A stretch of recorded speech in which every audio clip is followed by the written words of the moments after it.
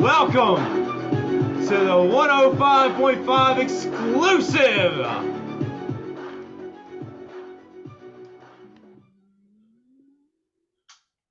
Ladies and gentlemen, we are coming to you live, 105.5, the Chez an exclusive interview. And let's not keep him waiting, folks. I've got Mr. Skeet with us. Skeet, welcome. Good to have you.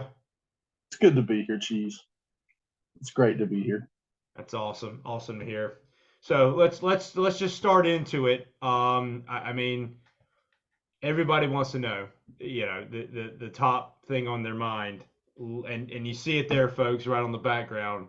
What does it feel like for the comeback of the year thus far? Arguably the comeback of the fantasy franchise ever. I mean, I wouldn't really call it a come. I mean, I had him right where I wanted him, Cheese, if I'm being honest. I told my team at the beginning of the week, I said, look, we had a rough 3 weeks, but luckily we've got Alex and Gary coming up on the schedule. There's not too much to worry about. And, down 23, Devontae Adams playing on Monday night, and with Devontae Adams, when push comes to shove, he knocks over camera guys. So emphasis on the shove, yeah. So Alex is real easy. I'm glad we got a little warm up for the next 2 weeks between Alex and Gary going into probably a tougher matchup, I'd assume. After I get done with these bottom feeders. I mean, what do we feel about? I mean, I'm just kind of diving through this the game. Obviously, the Darren Waller spoon certainly fell into your favor, but that was really countered by the Dallas defense. So hit us with a little bit of information on the defenses for you for a little bit. Well, defenses have been a problem for me for the whole entire year. I think they've scored 84 points against me. Defenses have averaging 17. I told the guys that don't worry about it. Defenses don't win championships in fantasy football. So we're going to do what we do, and we're just going to lean on Devontae Adams and Josh Allen. That's what we did, and it worked out great. I couldn't agree more. Now, Skeet, and this is unbiased reporting, as we always hear our 105.5 the Chiz. Some people have written you off as overrated. What would you say to those people as you progress into after building on this win that you just had?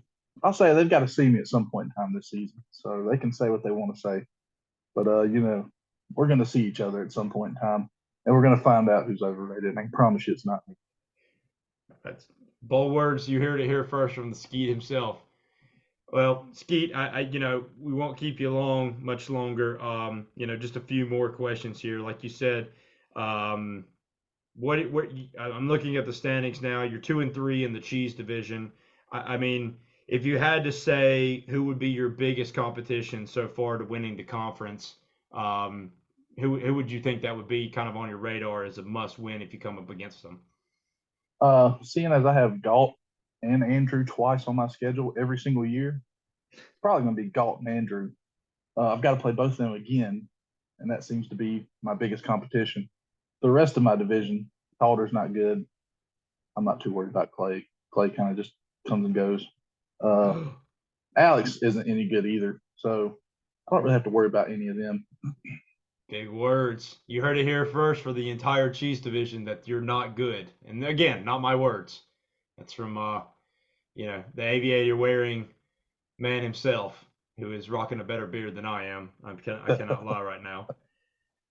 But no, I mean you hit it on. And last question here, and then I'll let you kind of hold the mic for a little bit, so to speak. Pauls. You've got Gary next week. He obviously 0-5.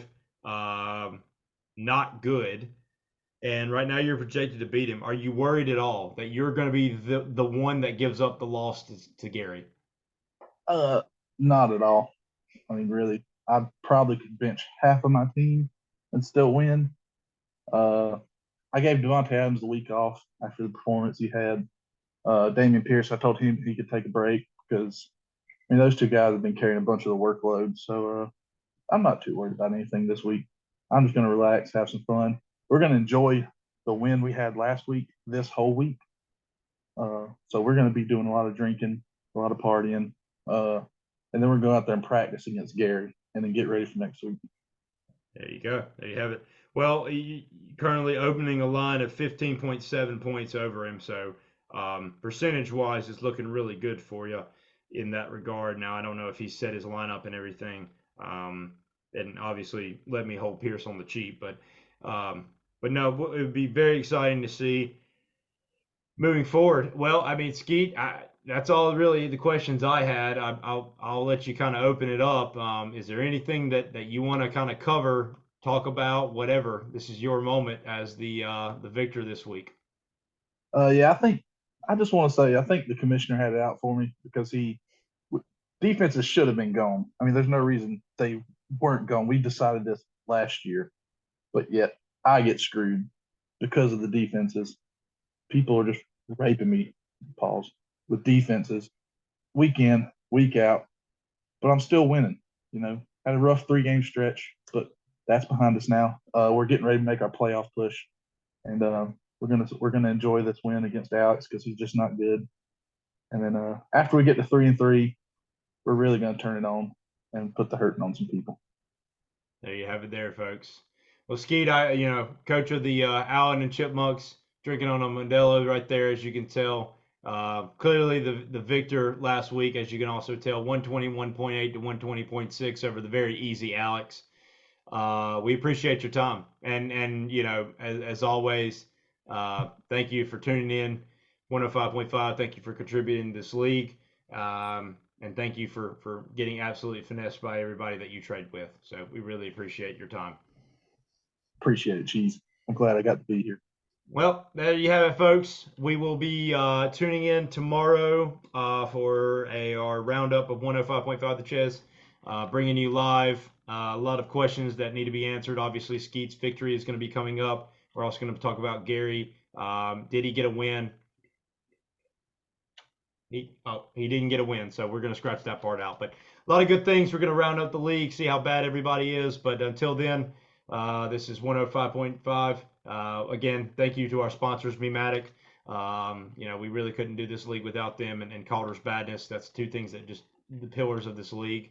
And Skeet, obviously, we thank you for your time again. But for all of us here, good night, and we will see you next week.